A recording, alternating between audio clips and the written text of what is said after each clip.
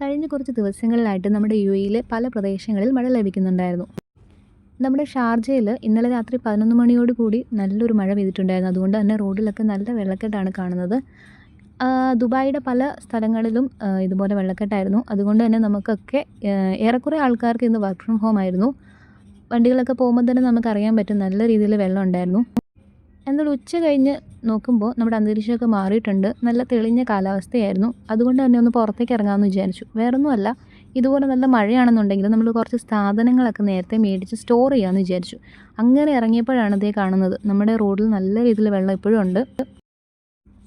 നമ്മൾ പോകുന്ന വഴിയാണിത്.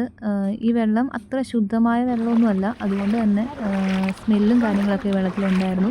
നമ്മൾ ഈ വെള്ളത്തിൽ കൂടെ അല്ലാതെ വേറൊരു വഴിയില്ല അപ്പുറത്തേക്ക് കടക്കാൻ. അതുകൊണ്ട് നമ്മൾ ഈ വെള്ളത്തിലേക്ക് ഇറങ്ങേണ്ടി വന്നു. കേരളത്തിലെ പ്രളയത്തെ അതിജീവിച്ച മലയാളികൾക്ക് എന്തു പ്രളയം അല്ലേ? പക്ഷേ 2024 നമ്മുടെ യുഎഇയിൽ വലിയൊരു പ്രളയം ഉണ്ടായിട്ടുണ്ട്.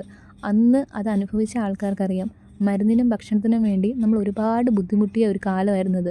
അതുകൊണ്ട് തന്നെ നല്ലൊരു മഴ പെയ്തു വരുന്ന സമയത്ത് തന്നെ നമ്മൾ ആവശ്യമുള്ള സാധനങ്ങളും മരുന്നുകളും ഒക്കെ സ്റ്റോർ ചെയ്ത് വെക്കുന്നത് നല്ലതായിരിക്കും. അങ്ങനെ നമ്മൾ നടന്നുകൊണ്ടിരിക്കുകയാണ്. വൈകുന്നേരം ആയപ്പോഴേക്കും കുറേയേറെ വാഹനങ്ങൾ റോഡിലോട്ട് ഇറങ്ങിയിട്ടുണ്ട്.